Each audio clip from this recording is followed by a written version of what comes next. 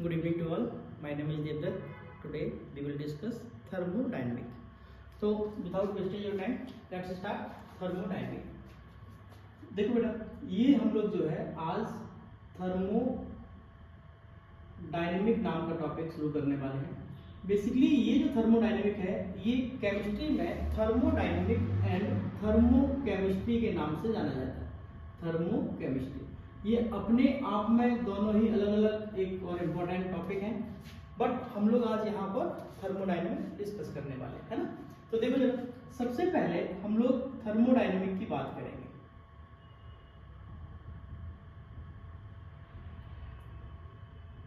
तो बेटा जो थर्मोडायनेमिक है ये थर्मोडायनेमिक दो वर्डिंग पर डिपेंडेंट है। कौन कौन सी? इसमें एक का नाम हम लोग लिखेंगे थर्मो और दूसरे का नाम लेकर बैठेंगे डायनेमिक। अगर हम लोग एग्जैक्टली देखें तो थर्मो का मतलब क्या होता है बेटा? थर्मो का मतलब होता है हीट, और जबकि डायनेमिक का मतलब क्या होता है? फ्लो। ठीक है, मीन्स अगर हम इस चैप्टर में थर्मोडायनेमिक के वर्डिंग्स के हिसाब से देखेंगे तो सिंपली हम लोगों को मतलब है study of flow of heat, है ना। सिंपली हम लोग बोल सकते हैं थर्मोडायनेमिक साइंस की एक ऐसी ब्रांच है जिसके अकॉर्डिंग हम लोग हीट की स्टडी करते हैं, एनर्जी का स्टडी करते हैं। सिंपली मैं लिख रहा हूँ thermodynamic means flow of heat, flow of heat. तो इस कंडीशन पर हम लोग थर्मोडायनेमिक को समझने वाले हैं। तो according to definition simply we will write the branch of science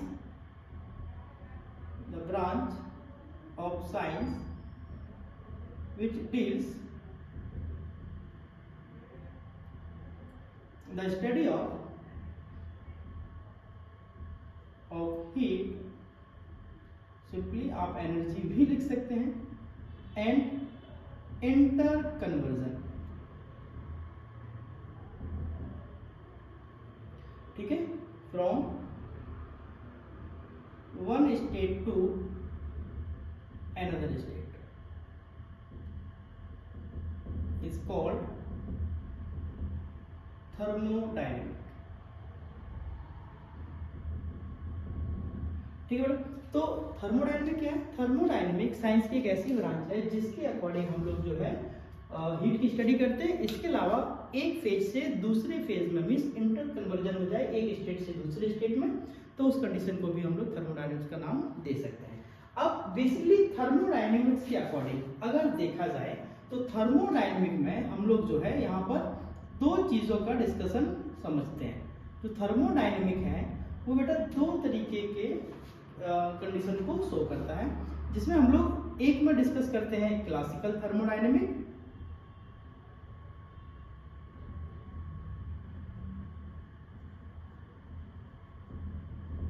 और दूसरा बेटा आपका होगा स्टैटिकल।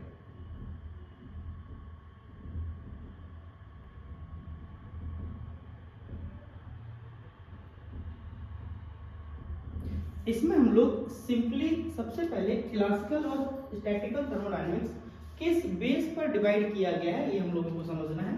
तो मैंने यहां पर लिखा है क्लासिकल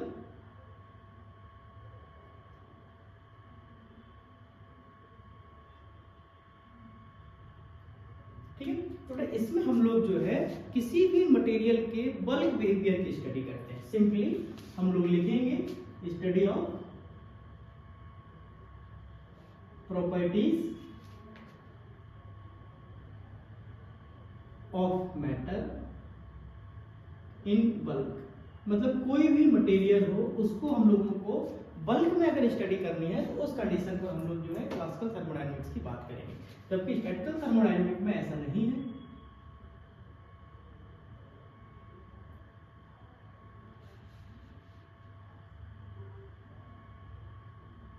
इसमें हम लोग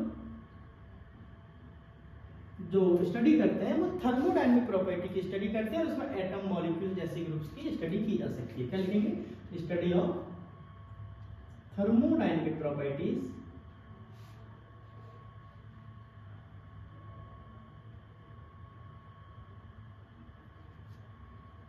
of matter as well as atom and molecules.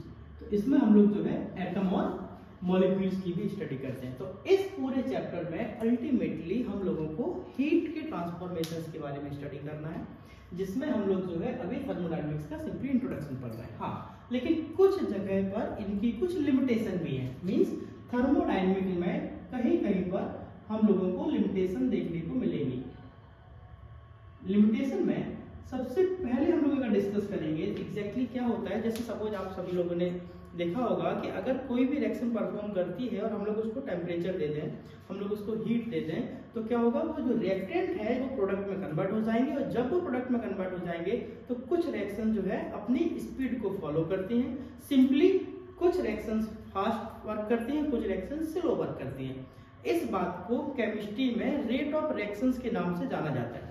तो थर्मोडायनेमिक प्रोसीजर के द्वारा आप रिएक्शंस के रेट ऑफ रिएक्शंस को नहीं बता सकते। ये जो टॉपिक है ये कंप्लीटली हम लोग डिस्कस करते हैं केमिकल काइनेटिक्स नाम का एक टॉपिक होता है उसमें। तो फिलहाल इसका जो फर्स्ट लिमिटेशन हम आपको बताने जा रहे हैं वो तो क्या लिमिटेशन है बेटा, it is not explain about rate of reaction.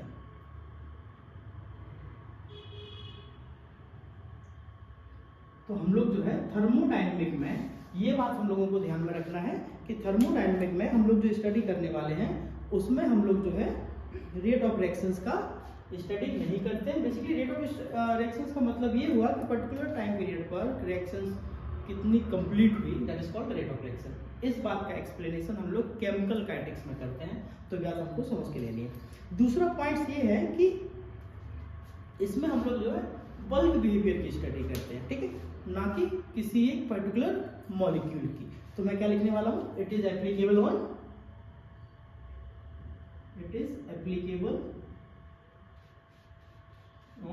Bulk behaviour.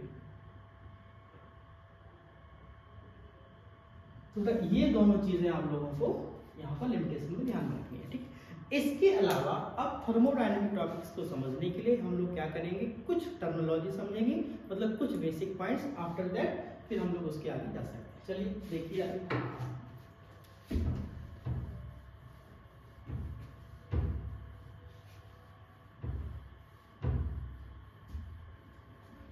तो बेटा अभी हम लोग जो है कुछ बेसिक पॉइंट्स पढ़ने वाले हैं, सम इंपॉर्टेंट टर्म्स। तो इसमें हम लोग सबसे पहले डिस्कस करेंगे सिस्टम के बारे में। हम लोगों को सिस्टम और सराउंडिंग के बारे में पहले समझना है, उसके बाद फिर हम लोग बेटा आगे चलेंगे, है ना।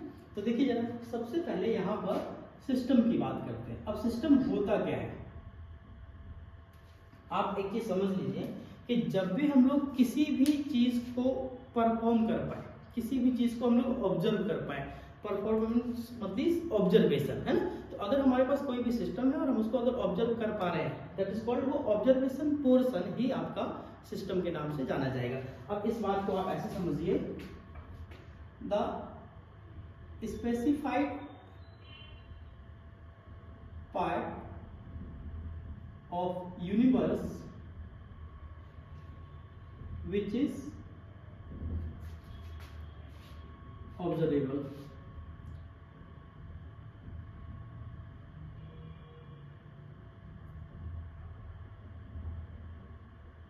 is called system। इसको आप ऐसे भी लिख सकते हो in another word,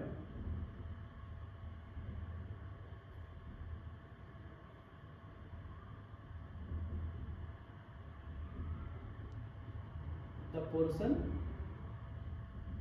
of the universe which is under investigation is called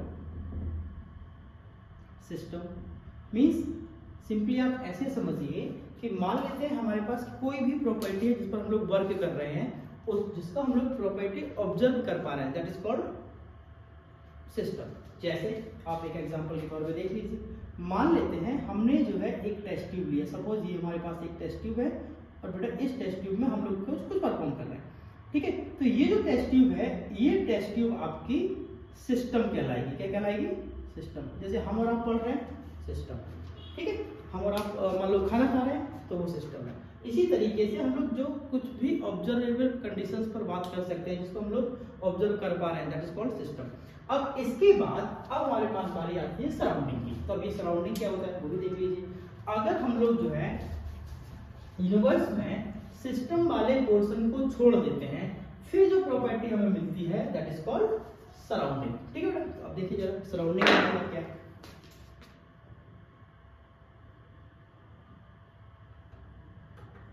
surrounding का मतलब है the portion of universe except system is called surrounding. तो इस बात का क्या मतलब हुआ कि अगर हम पूरे यूनिवर्स में सिस्टम वाले पोर्शन को छोड़ देते हैं, फिर जो पोर्शन बचता है दैट इज कॉल्ड सराउंडिंग। अब आप ऐसे समझ लीजिए, मैंने अभी एक एग्जांपल दिया था कि अगर मान लो हमारे पास ये एक टेस्ट ट्यूब है, इस टेस्ट ट्यूब को हम लोग जो है नाम दे रहे हैं किसका बेटा? सिस्टम का। ये टेस्ट ट्यूब आपका एक सिस्टम हो गया, ये आपका एक सिस्टम हो गया। इसको छोड़ दो, इसको छोड़ दिया मतलब इसके बाकी को मैं ये एक क्राइटेरिया बना रहा हूं ताकि हम लोग इसको अच्छे से समझ पाए। तो अगर सिस्टम वाले पोर्शन को छोड़ दिया जाए, तो जैसे ये वाला एरिया बचा दैट इज कॉल्ड सराउंडिंग। ये आपका सराउंडिंग हो गया। हम सभी लोग जानते हैं सराउंडिंग के बारे में ना। जैसे ये आपका क्या हो गया? सराउंडिंग हो गया बेटा, ये आपका सराउंडिंग है। ये पोर्शन भी आपका सराउंडिंग है और ये वाला पोर्शन भी आपका सराउंडिंग है। तो आप सिस्टम को छोड़ दीजिए, बाकी का जो बचता है वो क्या है? सराउंडिंग। किसका? यूनिवर्स का। इसका मतलब ये हुआ कि सिस्टम और सराउंडिंग दोनों कंबाइंड होके आपके क्या बनाते हैं?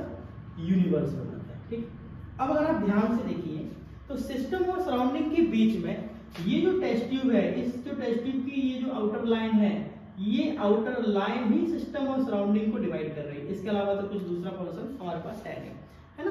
तो जो पोर्शन सिस्टम और सराउंडिंग को डिवाइड करे उस पोर्शन का नाम होता है बाउंड्री। इसको हम लोग बाउंड्री का नाम देते हैं। ठीक है बेटा, तो अब ये जो बाउंड्री है, ये बाउंड्री क्या है? ये बाउंड्री जो है सिस्टम और सराउंडिंग को क्या करता है? डिवाइड करता है। तो उस कंडीशन को, उस पोर्शन का नाम हम लोग सराउंडिंग देते हैं। जैसे सपोज आप ऐसे समझ लीजिए, जैसे हम लोग इस रूम में बैठे हुए हैं, तो इस रूम की जो दीवार है वो क्या हो जाएंगी? बाउंड्री। हमारा पढ़ रहे हैं वो क्या है? सिस्टम। अब केवल इतने पोर्शन को छोड़ दिया जाए, अब इस बिल्डिंग में तो और भी रूम है, और भी क्लासेस चल रही होंगी, तो हम लोग सिर्फ अपने क्लास की बात कर रहे हैं। तो हमारा क्लास जो आप लोग पढ़ रहे हैं वो इस वॉल्स को आप ले लीजिए, तो वो हो गई बाउंड्री, और बाकी का जो पोर्शन हुआ वो सारा क्या हो गया?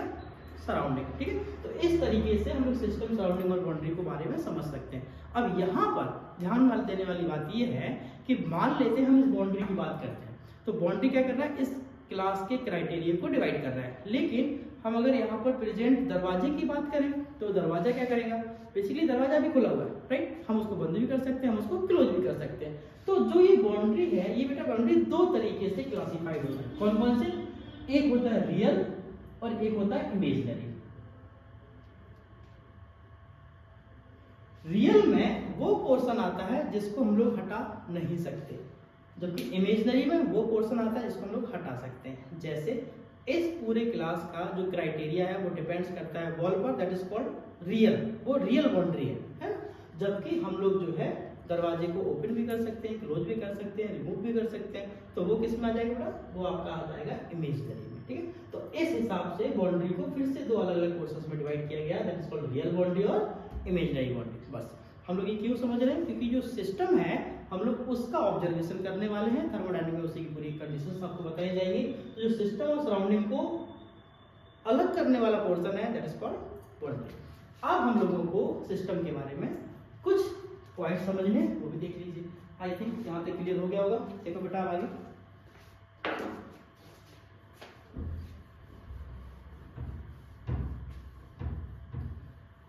अब हम लोग यहाँ पर टाइप ऑफ सिस्टम की बात करते हैं। ठीक है, चलो देखो बेटा, अब हम लोग बात करेंगे type of system.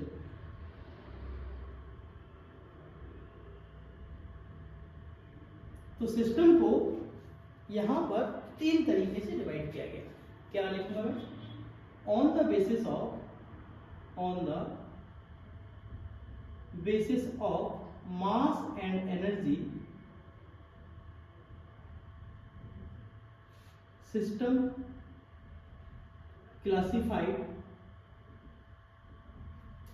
into 3 types. थोड़ा इसमें जो है मास और एनर्जी पर बेस होके सिस्टम को 3 अलग अलग तरीके से डिवाइड किया गया। कौन कौन से? इसमें सबसे पहले हम लोग बात करेंगे ओपन सिस्टम की, उसके बाद बात करेंगे बेटा क्लोज सिस्टम की, और उसके बाद बेटा हम बात करेंगे आइसोलेटेड सिस्टम की। ठीक है, तो on the basis of mass of energy simply system classified into 3 types which were open system, close system और आइसोलेटेड सिस्टम। अब हम लोगों को ये देखना है कि what is means of open system. थोड़ा अगर हम ओपन सिस्टम की बात करें तो ओपन सिस्टम का मतलब है एक ऐसा सिस्टम जिसमें मास और एनर्जी दोनों ही एक्सचेंज हो जाए। तो सिंपली हम क्या लिखेंगे? बोथ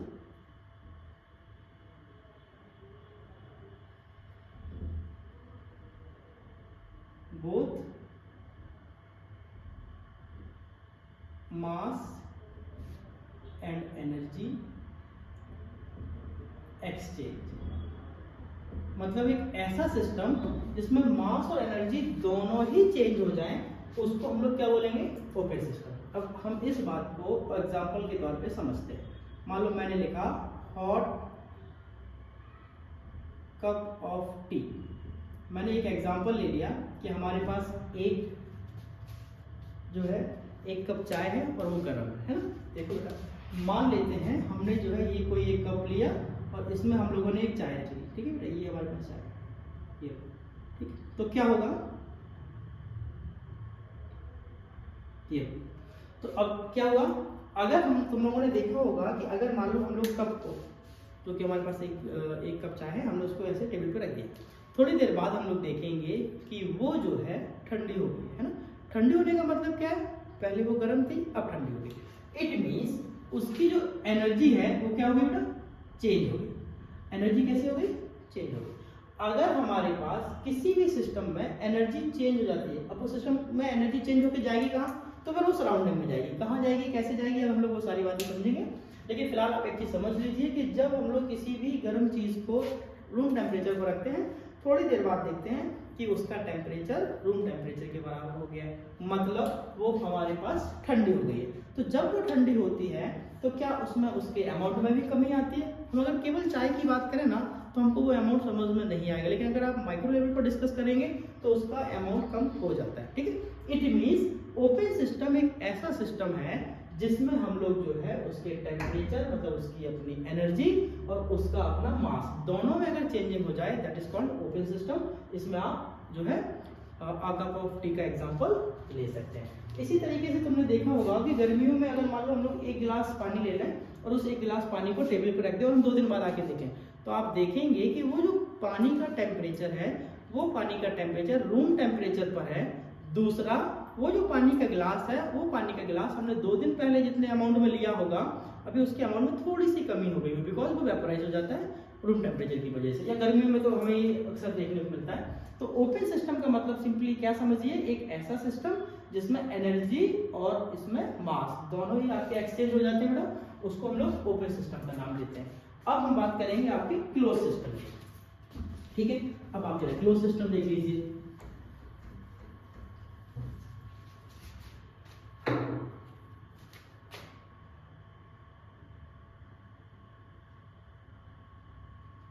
क्लोज सिस्टम, तो क्लोज सिस्टम का बेटा मतलब क्या है? ये भी आपका सिस्टम किस पर डिपेंडेंट है? मास और एनर्जी पर।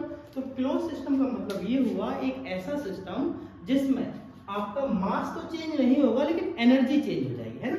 मास आपका क्या होगा बेटा? मास आपका नो एक्सचेंज, लेकिन आपकी जो एनर्जी है वो आपकी एक्सचेंज हो जाएगी।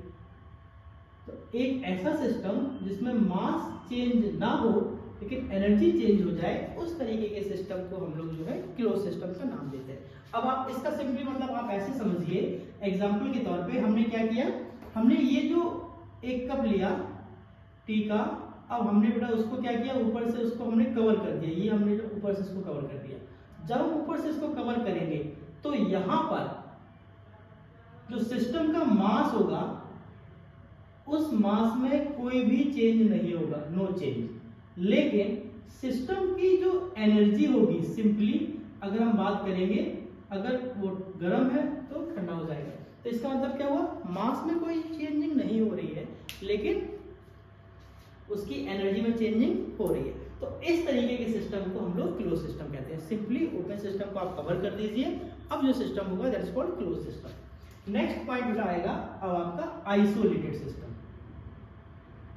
आइसोलेटेड सिस्टम, अब अगर हम आइसोलेटेड सिस्टम की बात करते हैं तो आइसोलेटेड सिस्टम का मतलब है एक ऐसा सिस्टम जिसमें न तो मास चेंज हो ना ही एनर्जी चेंज हो। मास नो एक्सचेंज, और बेटा एनर्जी,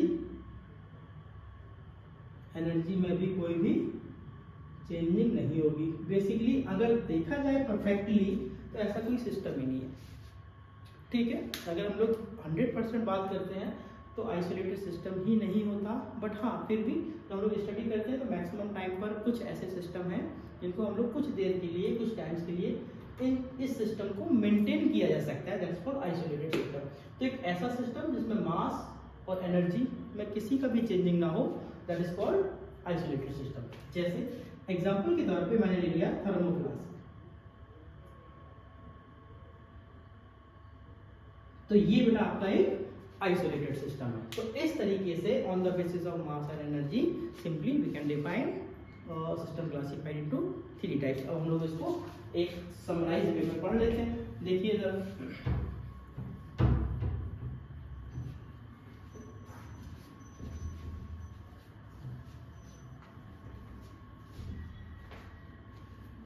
यहां पर मैंने जो है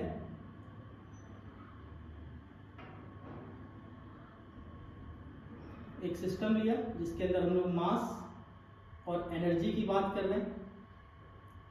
तो एक ऐसा सिस्टम जिसमें मास आपका चेंज हो जाए, एक्सचेंज लिख रहा हूं बिकॉज ऑफ सराउंडिंग, और एनर्जी भी बेटा आपकी एक्सचेंज हो जाए। तो इस तरीके के सिस्टम को हम लोग जो है ओपन सिस्टम का नाम देते हैं। नेक्स्ट एक ऐसा सिस्टम जिसमें हम लोग जो है मास और एनर्जी का स्टडी करते हैं। तो इसमें जो मास है और जो एनर्जी है, ओपन सिस्टम के बाद क्लोज सिस्टम की बात चल रही है। तो क्लोज सिस्टम में मास आपका एक्सचेंज नहीं होगा, जबकि एनर्जी आपकी एक्सचेंज हो जाएगी। सराउंडिंग के साथ एक्सचेंज होती है एनर्जी, है ना। तो इस तरीके से हम लोग अगर कोई भी एक ऐसा सिस्टम जिसमें मास चेंज ना हो लेकिन एनर्जी चेंज हो जाए तो उसको हम लोग बेटा क्लोज सिस्टम का नाम देते हैं। एग्जांपल मैं आपको पहले ही बता चुका हूं। इसके अलावा एक ऐसा सिस्टम जिसमें मास और एनर्जी हो लेकिन दोनों में ही कोई भी चेंजिंग ना हो, तो इस तरीके के सिस्टम को हम लोग आइसोलेटेड सिस्टम का नाम देते हैं।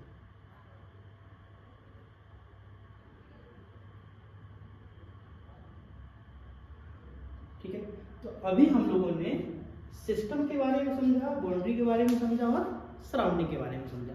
अब हम लोगों को यहाँ पर मैक्रोस्कोपिक प्रॉपर्टी के बारे में समझना है बेटा। मैक्रोस्कोपिक प्रॉपर्टीज,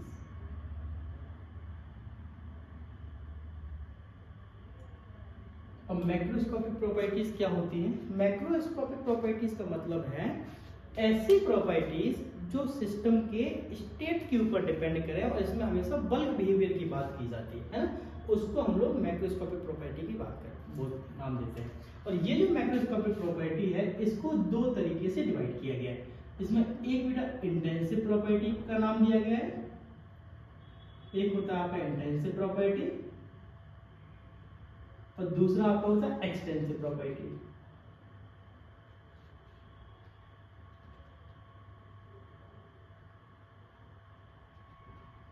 अब अगर हम लोग एक्सटेंसिव और इंटेंसिव के अकॉर्डिंग देखेंगे तो सबसे पहले एक्सटेंसिव प्रॉपर्टी की बात करते हैं। एक्सटेंसिव प्रॉपर्टी का मतलब है ऐसी प्रॉपर्टी जो सिस्टम के अमाउंट के ऊपर डिपेंड करे। किसके ऊपर डिपेंड करे? सिस्टम के अमाउंट के ऊपर, है ना। तो क्या लिखेंगे? The property which depends on amount of substance. ऐसी प्रॉपर्टीज जो सिस्टम के अमाउंट के ऊपर डिपेंड करती हैं उनको हम लोग एक्सटेंसिव प्रॉपर्टी का नाम देते हैं। जैसे एग्जाम्पल के तौर पे हमने लिखा मास, वॉल्यूम, एंथैल्पी, एंट्रोपी। ये सारी वर्डिंग्स बेटा अभी आपको पढ़ाई जाएंगी, अभी आप जो है इसको समझ के ले लो। हीट एक्सेट्रा, तो ये आपकी जितनी भी प्रॉपर्टी है ये बेटा आपकी एक्सटेंसिव प्रॉपर्टी है। और ये सारे पॉइंट्स अभी आपको समझा जाएंगे, मैंने तो बहुत थोड़े से लिखे बट ये बहुत ज्यादा होते हैं, ठीक है। इसी तरीके से अब हम बात करते हैं इंटेंसिव प्रॉपर्टी की।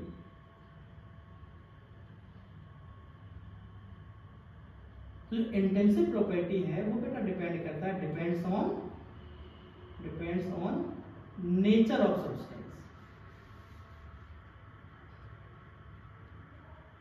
and does not depends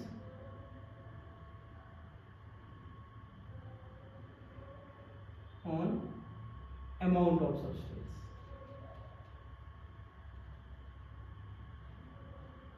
ठीक है।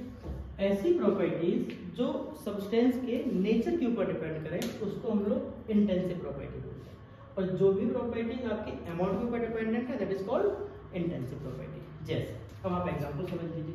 एग्जाम्पल के तौर पे मैंने सबसे पहला एग्जाम्पल लिया बॉइलिंग पॉइंट।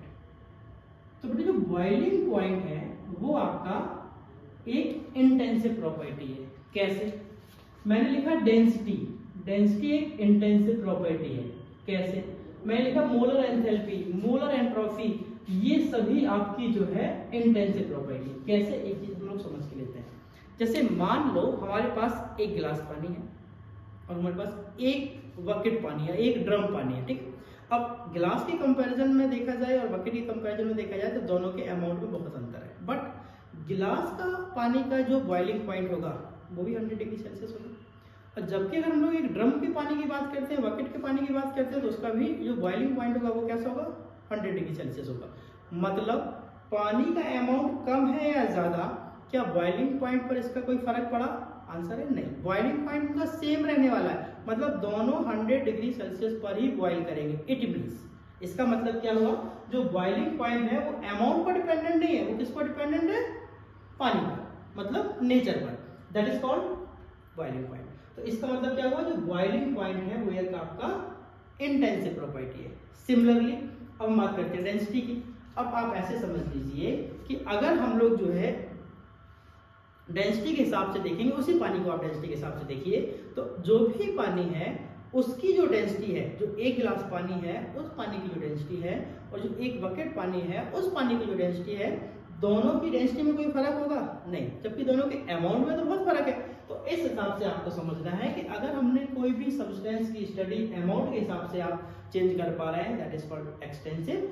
अगर अमाउंट पर बेस होके प्रॉपर्टी डिपेंडेंट नहीं है, नेचर पर डिपेंडेंट है, that is called intensive property. तो ये बात आपको समझनी है।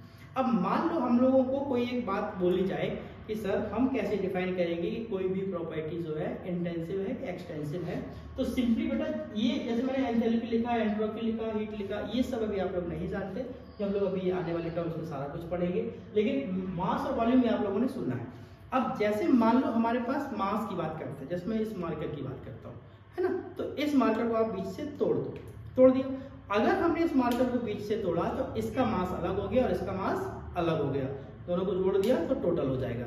बट कट करने पर अगर डिवाइडेशन हो जाए, कम या ज्यादा हो जाए, हालांकि कम ही होगा तो ज्यादा नहीं होगा, तो उस कंडीशन पर आप किसी भी चीज को कट कर दो।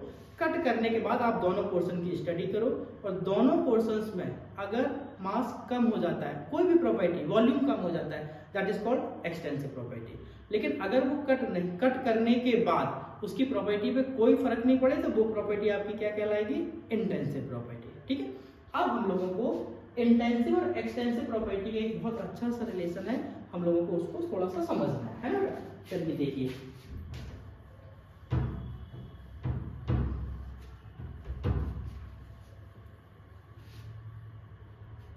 ये हम लोग जो है इंटेंसिव और एक्सटेंसिव प्रॉपर्टी के बारे में बात कर रहे हैं। तो बेटा ध्यान रखो, हमने मान लिया let X and Y are intensive property, intensive property of a system. एक सिस्टम है जिसमें एक्स और वाई आपके क्या है, इंटेंसिव प्रॉपर्टी है ना। तो अगर हम इनका एडिशन, हम इनका मल्टीपल करेंगे तो वो रिजल्ट हमें देखना है। मींस अगर मान लो पास कोई एक दो प्रॉपर्टी है, एक्स को हमने वाई के साथ ऐड किया, दोनों ही आपके इंटेंसिव है, तो जो रिजल्टेंट आएगा वो बेटा आपका इंटेंसिव प्रॉपर्टी ही होगा। ठीक है। नेक्स्ट, अगर हम एक्स और वाई को आपस में मल्टीपल करें तब भी जो प्रॉपर्टी का रिजल्ट आएगा वो भी आपका इंटेंसिव होगा। लेकिन अगर हमने दो प्रॉपर्टीज को जो कि एक्स और वाई है इंटेंसिव है, दोनों को हमने आपस में डिवाइड किया, तब भी जो रिजल्ट आएगा वो आपका क्या आएगा बेटा, इंटेंसिव प्रॉपर्टी ही आएगी। लेकिन अगर हमने मान लिया let X and Y are extensive property,